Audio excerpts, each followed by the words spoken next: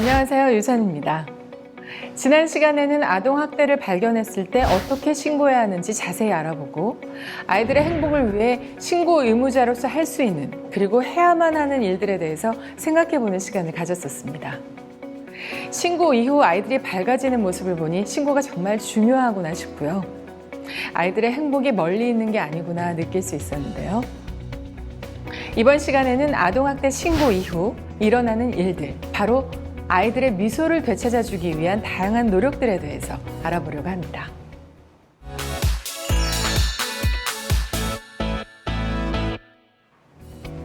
여러분, 지금 이 시간 우리가 아동학대에 대해서 배우는 이유, 반드시 신고해야만 하는 이유에 대해서 혹시 생각해 보셨나요?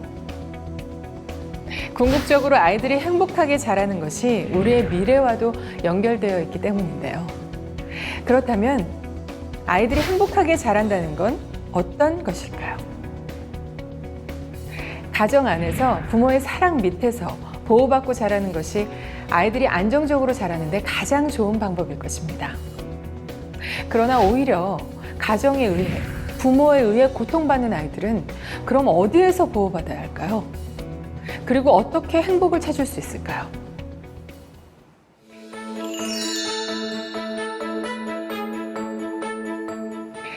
학대 피해 아동이 건강하고 행복하게 성장하기 위해서는 근본적인 두 가지 변화가 필요합니다.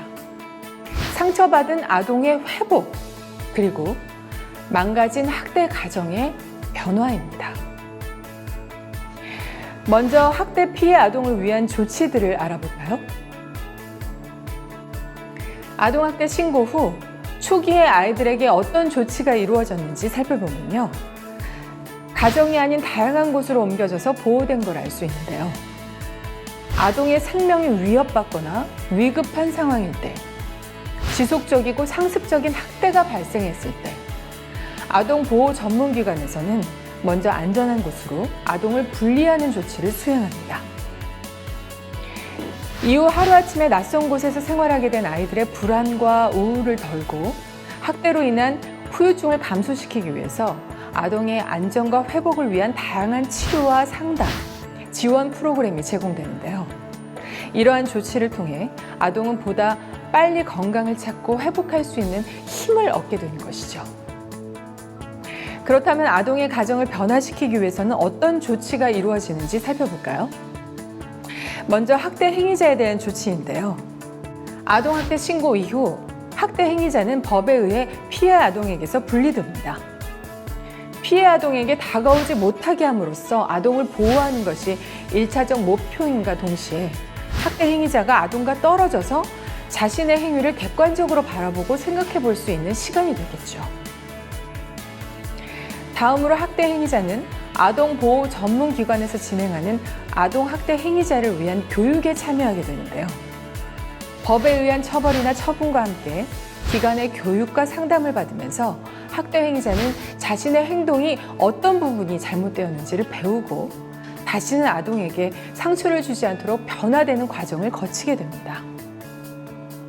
그럼 실제 학대 행위자의 인터뷰를 통해서 어떤 것이 달라졌는지 확인해 볼까요? 저는 저희 아이를 때리고 아프게 해서 아동보호 전문기관의 교육을 수강하게 된 김라고 합니다. 네, 아이를 엄하게 가르쳐야 애가 삐뚤게 나가지 않는다고 생각했었던 사람이었거든요. 제가 사실 좀 어렸을 때 방황도 많이 했었고, 그래서 우리 아들은 그런 어려움을 안 겪고 이게 바르게 자라게 하고 싶어서 아이를 많이 혼낸 편이었습니다. 근데 잘못되게 많이 혼냈었죠. 큰 소리로 욕도 하고 때리고 겁주는 방식이었으니까요. 생각이 진짜 많이 바뀌었습니다. 교육받고 상담받으면서 아이를 어떻게, 자식을 어떻게 대해야 하는지를 새롭게 배우게 됐습니다. 내가 애를 사람으로 대하지 않았구나. 차분히 말을 해도 다 대화가 통하는 거였더라고요. 제가 많이 부족해서 무섭게 해야지, 힘을 써야지 애가 따라올 거라고 생각했었던 건데, 지금 생각해보면 어떻게 그런 행동을 애한테 했나 굉장히 미안하고 아직도 마음이 아프고 평생 가지고 갈 깨달음이라고 생각합니다. 이런 일이 있고 내 자신을 바라본다는 게 상당히 어려웠습니다. 내 아이를 대할 때 어떻게 해야 될지를 몰랐었는데 이렇게 한번 해보세요. 이런 방법도 있습니다. 이런 말들이 굉장히 힘이 많이 됐습니다. 이제라도 이제 바뀔 수 있어서 너무 감사드리고요. 저만 보면 굳어있던 아이가 와서 안기고 그런 거 보면 참 행복하고 그렇습니다. 안녕하세요. 저는 수이 엄마입니다. 되게 생각이 좁았던 것 같아요. 저희한테 일이 일어나기 전에는 아니 어떻게 애를 때릴 데가 어디 있다고 저렇게 때리고 욕하고 하는 부모가 있나? 평생 주위에서는 있을 수 없는 일이라고 생각했거든요. 근데 저희가 아동학대로 신고를 받고 나서야 알았죠.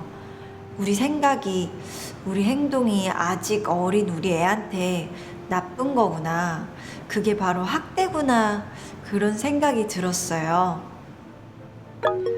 아이를 키운다는 것에 대해, 부모가 된다는 것에 대해, 또 아이의 보호자가 된다는 것에 대해 많이 생각할 수 있는 시간이었고 많이 배웠죠. 뭐 잠깐인데 혼자 두면 어때? 뭐 작은 건데 내버려 두면 어때? 이런 생각이 굉장히 이기적인 생각이었다는 걸 알았고 부모답지 못한 일이라는 걸 알았어요. 지금은 정말 아이를 위한 일이 뭔지 한 번 더 생각하고 행동하고 이제 아이가 말을 하기 시작하는데 말 한마디도 더 신경 써서 해야겠다. 부부가 서로 상의하고 아이 키우는 것에 대해 이야기도 많이 나누고 그렇게 지내고 있습니다. 신고 이후 기관의 교육과 상담으로 부모와 아동의 관계에 변화가 일어나기 시작했는데요. 그렇다면 피해 아동 가정이 건강해지기 위해서 학대 행위자만 변화하면 되는 걸까요? 그렇지 않습니다. 아동 학대의 숨겨진 피해자, 바로 가족 구성원에 대한 조치가 필요합니다. 가족 구성원에 대한 조치로는 아동 학대에 의해서 간접적으로 고통받고 상처받은 가족 구성원의 몸과 마음에 대한 의료적인 치료와 함께 가정 내 학대를 유발할 수 있는 다양한 문제를 해결하기 위한 아동 보호 전문기관의 개입이 동반되는데요. 경제적 어려움이나 부부 갈등 같은 문제를 상담과 지원을 통해서 해결함으로써 건강한 가정으로의 변화를 가져오는 것이죠. 그럼 실제로 어떤 문제들이 해결되었는지 들어볼까요? 안녕하세요. 주마입니다. 6개월 전에 아동보호 전문기관에서 원가정 회복 서비스를 받았습니다. 남편이 취직이 안 돼서 집에만 있었는데요. 스트레스 받으니까 술도 많이 먹고 취해서 애들한테 폭력 쓰고 자기 기분 나쁘면 애들 학교도 못 가게 하고 그랬거든요. 근데 저는 돈을 벌어야 되니까 제가 애들을 애아빠한테서 챙기지를 못하고 밖에서 일하고 오면 일이 벌어져 있고 그랬었죠. 9살 형입니다. 원래 저 어렸을 때부터도 집안 분위기가 좋지는 않았었거든요. 뭐 경제적으로 여유도 없고 하다 보니까 부모님께서 자주 싸우셨고 두 분 다 맞벌이다 보니까 저 혼자 있는 시간이 많았어요.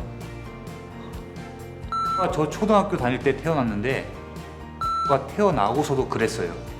저는 그런 분위기나 그런 상황이 당연한 걸 줄 알고 살았거든요. 근데 굉장히 스트레스를 많이 받더라고요. 아니 막 무서워서 소변도 못 가리고 이거는 뭔가 아니라고 생각했죠. 일단은 남편이 일을 할 수 있게 연결해 주셔서 취직을 하게 됐어요.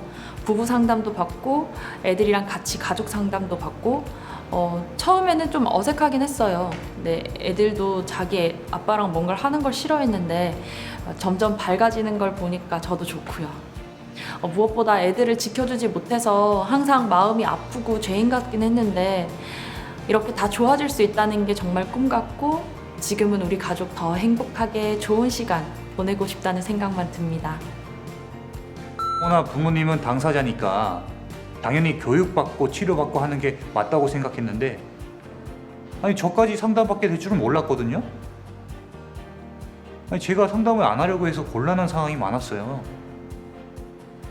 근데 그럼에도 불구하고 늘 변함없이 와주시고 그 상담원 선생님 말씀이 저도 피해자였다고, 분명히 마음속에 상처가 있을 거라고 그걸 같이 찾고 치료하자고 하시더라고요.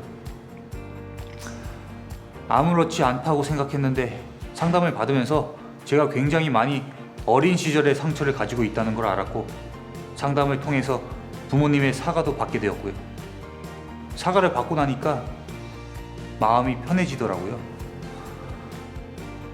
그리고 저도 전데 부부 상담하면서 부모님의 관계가 많이 좋아지셨고 금방 밝아져서 안심이 되고, 제가 형인데 나이 차이도 많고 바빠서 많이 못 챙겨줬는데 부모님이랑 같이 잘 클 수 있게 노력해야죠. 결국 가정에서 일어나는 아동학대의 근본적인 해결책은 가정 내에 있었네요. 이후에 아동학대 신고 절차는 법의 판결로 마무리됩니다. 법의 처벌과 처분은 학대 행위자를 반성하게 하고 변화하게 하죠. 그러나 진정한 아동 보호와 가정의 행복을 가져오는 건 법의 판결이 아닌 가족 구성원 모두의 의지와 이들을 지켜주는 사회의 노력이 아닐까 하는 생각이 드는데요. 아동학대 신고 이후 조치와 절차 다시 한번 정리해 보겠습니다.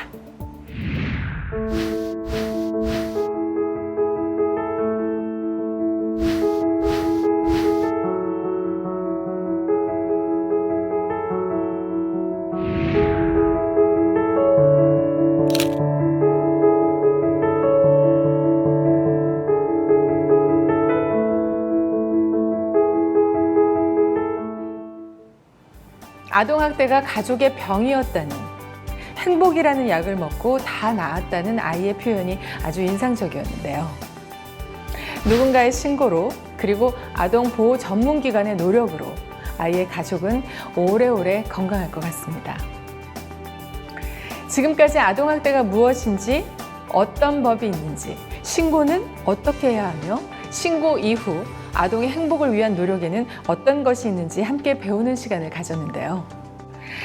많은 이야기를 나눴지만 결국 기억해야 하는 건 한 가지인 것 같습니다. 바로 신고입니다. 매일 수많은 아동들과 만나고 대화하며 아동의 곁을 지켜주는 신고 의무자, 바로 여러분. 여러분의 신고가 발휘할 큰 힘을 믿고 용기를 내어주시고 바로 행동해주세요. 지금까지 아이시그널, 저는 유선이었습니다. 감사합니다.